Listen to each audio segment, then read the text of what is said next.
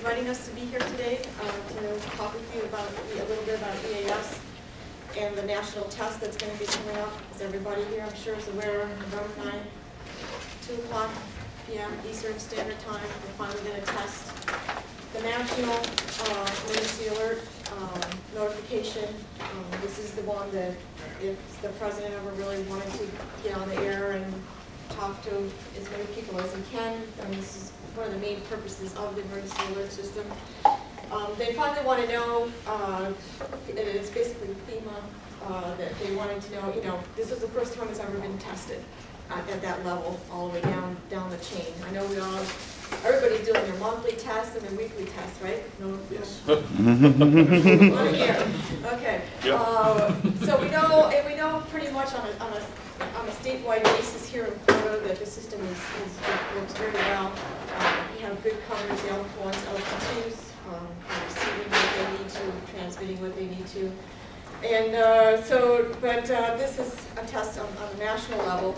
And I don't know if many of you have seen this, but this I got from the Florida Association of Broadcasters, and this is like a flow chart of how the national alert is going to work here in Florida, the entry points. They're going to be testing the PEP system, and the MPRs are the backup to that, and the LP1s and LP2 stations are going to be monitoring those two sources. The state, the EOC is not in the loop as far as testing that, and I know a lot of people had questions, why isn't that, because we know that it works, and from what I've been told, I guess that was, one of our questions too, because we know the system here works so well, but apparently, from what I'm hearing, there are only like 70, I think I heard 7 other states that are set up like Florida's system is set up, and so if you're going to test it on a nationwide level, it really wasn't going to be, it wasn't going to work like it works here in Florida. Now, in the future, maybe that will happen back for the test that's coming up next week. Basically, it's the PEP stations and the MPR stations, the LP1s and LP2s going to receive the alert from them, and everybody will be monitoring. Hopefully, we're going to have good coverage here in Florida. Basically, just to give a slight introduction, basically from the FCC standpoint, again, thank you for having me. My name is Kim. Anthony is here with me, Anthony Bruce. We're both compliance specialists. We work out of the Tampa office. And we work out of the Enforcement Bureau. The emergency alert system itself, and our job is to enforce the rules, but basically the emergency alert system, as far as under the FCC jurisdiction, falls under our Public Homeland Security Bureau. It used to be an ED function, but now it falls under their jurisdiction. However, are you all familiar with Part 11 of the rules? And Part 11 was recently amended to provide basically for this national test, and basically so that we're able to collect data from the test to determine how the system is working. So these are just some highlights from the rule changes. All the participants have to participate in the national test. This question was asked, so I threw this in here. When that test on the 9th is going to replace if there was a monthly test or weekly test. So the monthly test for November is replaced by the EAN, and also if there's a weekly test in that week. You're not required to run those same week that we're going to run the national test. Each participant has to submit the data from the test within 45 days of the test. So in this case, the test is November 9th. The 45 days is December 27th. And for the purposes of the first test, they are going to be actually using the actual alert. It's not a test alert. It's not different. They're actually going to be using as if it were the EAN. Okay. The Public Homeland Security Bureau needs to provide, when we're going to have more of these tests, it's not just a one-time deal. When they do, they're going to be issuing a 2 months prior, they're going to issue a public notice so that everybody knows the date that the test is going to be, the date and time. Keep in mind that the purpose of this test is diagnostic. They're trying to know if the system is going to work, and where there are weaknesses, where there are failures, they want to know where those where they fall because they want to make the system work. So keep that in mind that they want to gather information from the test. However, as I said earlier, we are from the Enforcement Bureau, so we are not going to just ignore the rules either. So just comply with the EAS rules as you all do on a regular basis, right? Everybody's following part of them. So just keep that in mind. But also remember that the purpose of this test, we're not out there to try to get the broadcasters. The purpose of the test is they want to see if it's going to work. At the same time, keep in mind that all the rules, your logging, and I say this at practically every presentation that I do, how important the logging is for all of you with anything with records. I have to throw this in every chance I get. Because the logs protect you. They're not for our purpose, If that's so when we go to your station and we inspect your station and we ask you a question, are you doing this, are you doing that? You tell me yes, no, why? Oh, well, the EAS broke. Oh, it did when? I think it was last Tuesday. Well, that may very well be true, but in order for us, that's in your logs that on Tuesday, this and this happened. So again, the logs protect you. So I encourage everybody to make sure you follow good records.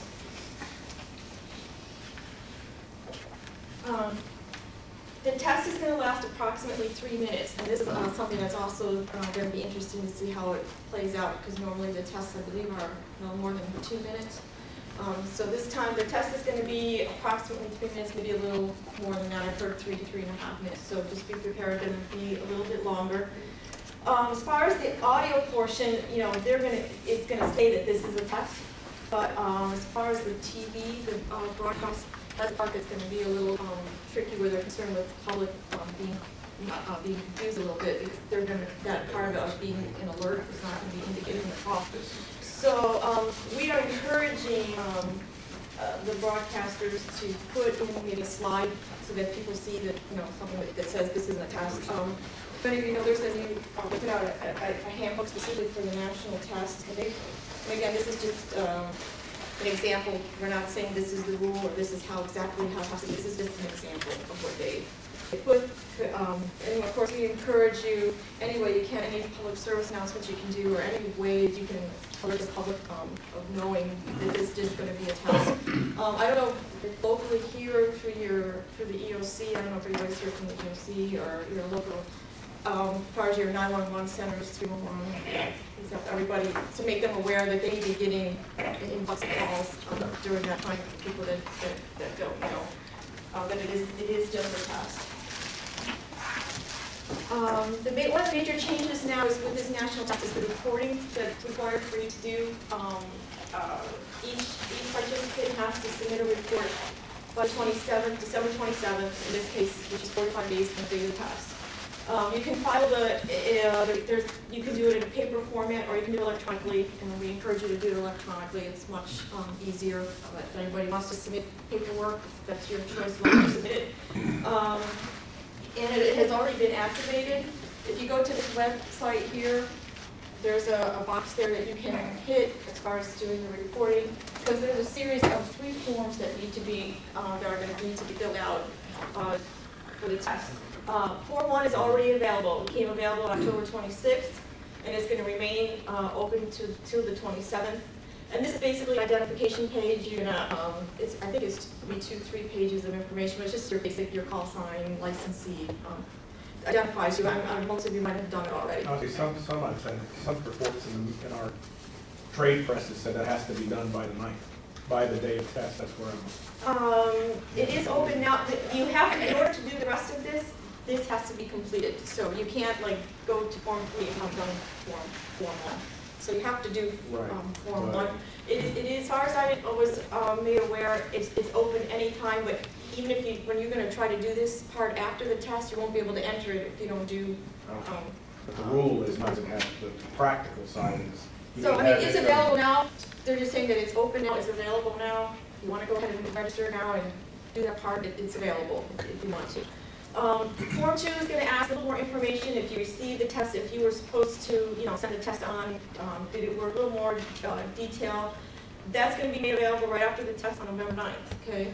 So you can immediately go in. Form 3 is going to be a little more detailed information regarding the receipt, if you're able to send it. If you didn't, it's a complication. If you didn't get it, there's going to be a little more information. And again, if you haven't filled out Form 1, you're not going to be able to do the other forms.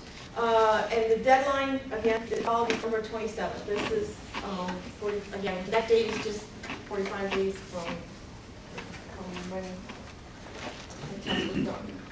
As I mentioned before, there is an EAS handbook that's also available on the same webpage here, the Nationwide EAS Test webpage. I'm sure probably most of you already have seen it or have it or have downloaded it already, but this is the handbook that supersedes even the one that you have for the purposes of the test.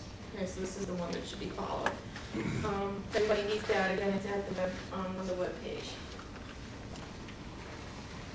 This is just some basic contact information. The main thing is this webpage, and I put here to visit this site often. It's going to be constantly being updated. But even if there's an FCC question or something that you have that maybe today is not on the page, keep checking it because it's being constantly updated with information and public notices. I know there's public services announcements, both in English and Spanish on that page if you're interested. There's also, FEMA has a page that you can go to. I think NAB also has a page that you can go to. And if you have questions that you can't get an answer to from the page, this is the contact point. Mr. Tom Beers or Gregory Cook. This is their phone numbers. If you have questions that you can't get an answer to from us or on the webpage, you can contact them. There are points of contact.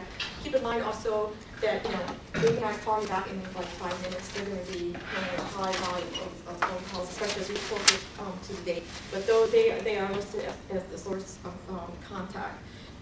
Just also, we passed out a copy of a public notice that explains all the reporting rules, changes. What I have here in the form, their contact information is also listed there in the public notice. I showed you the handbook.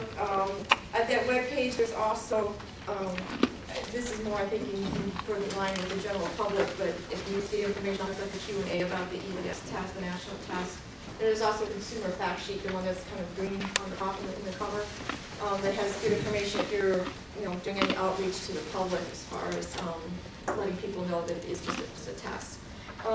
Also, I just wanted to mention that in the last meeting that we did, they raised a couple of questions about, as far as, one of the questions that came from the emergency operations people was, if in the middle of, if the EAN is running and there's an actual civil emergency that needs to be run at the same time as the test, and I ran this by these people as well, the EAN is going to take priority during that 3 minutes, so you're not going to be able to interrupt that task to run something else. It was a very good question, I thought, but that's the answer that I gave. I confirmed that with our public homeland security people as well. And I know a lot of people also asked for like Spanish-speaking stations, if any of this is going to be printed in Spanish, and the answer or not was no at this time. Everything is so there was no information that we have translated in any other language now, unfortunately. So that's basically all that I have to leave anything out, anything that you can. What about TV stations? The question about the TV stations blank. Yeah, as far as like the TV stations too, we're encouraging you to again put that, if you want to put that link there. I believe it's going to run just like well, I don't know if it's going to actually interrupt the video. It depends on how people are configured and wired. In a lot of places, the crawl and the audio interrupt, but the video behind it does not. I can tell that if you make something like our company has made something graphically for all of our stations to run, and that we'll be dead rolling our normal show, okay. And that'll be video. Matter of fact, one of our anchors has already recorded an intro to it, okay. And then we'll run that graphic until it comes down. That'll be the video behind it, so that the crawl and the audio will take precedence at that point. Okay. And that's up to each station to do. Right, exactly. The other thing too that I was reading too just before this meeting started was, I think it's in Louisiana. They're also running.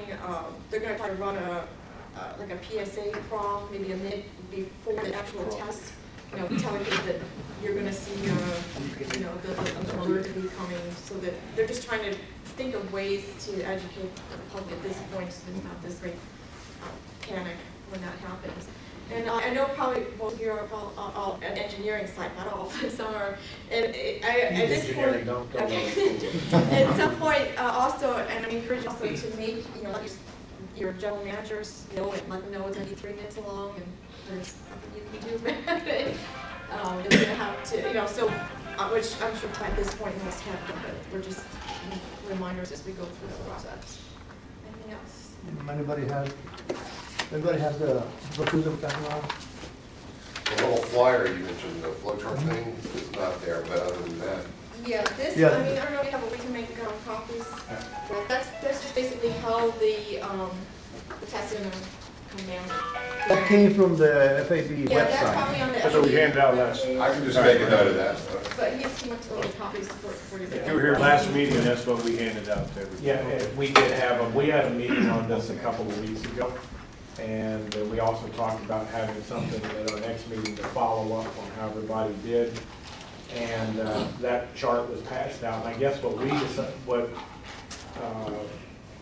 we figured for our local area, for Jacksonville, is that most of us will probably be monitoring the LP1 station, Rich, and the LP2 station.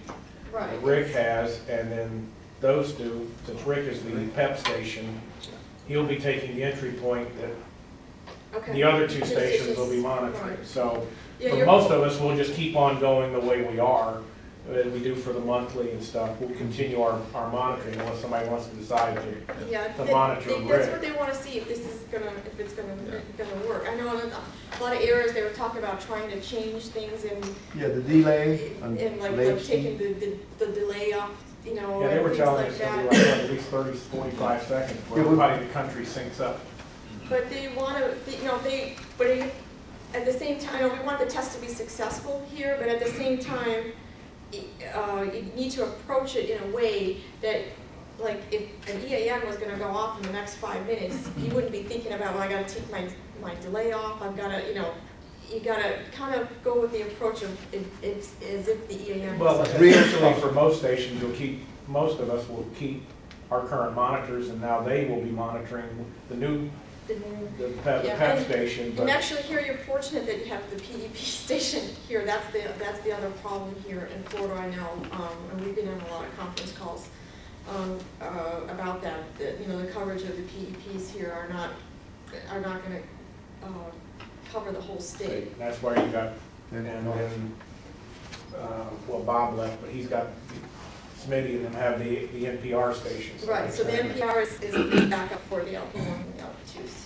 Well, I thought they were back up for the PEP station. Yeah, for the PEP station. For the PEP. But for most of us, we'll keep our LP1 and LP2 as we normally do. Right, exactly.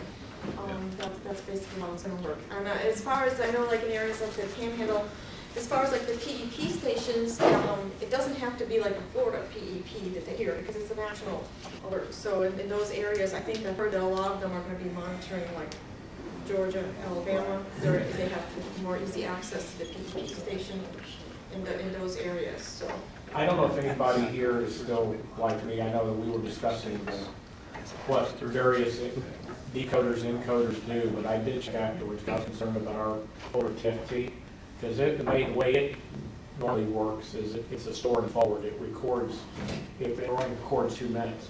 But I talked to, and I had the gentleman's name written down, but I misplaced it.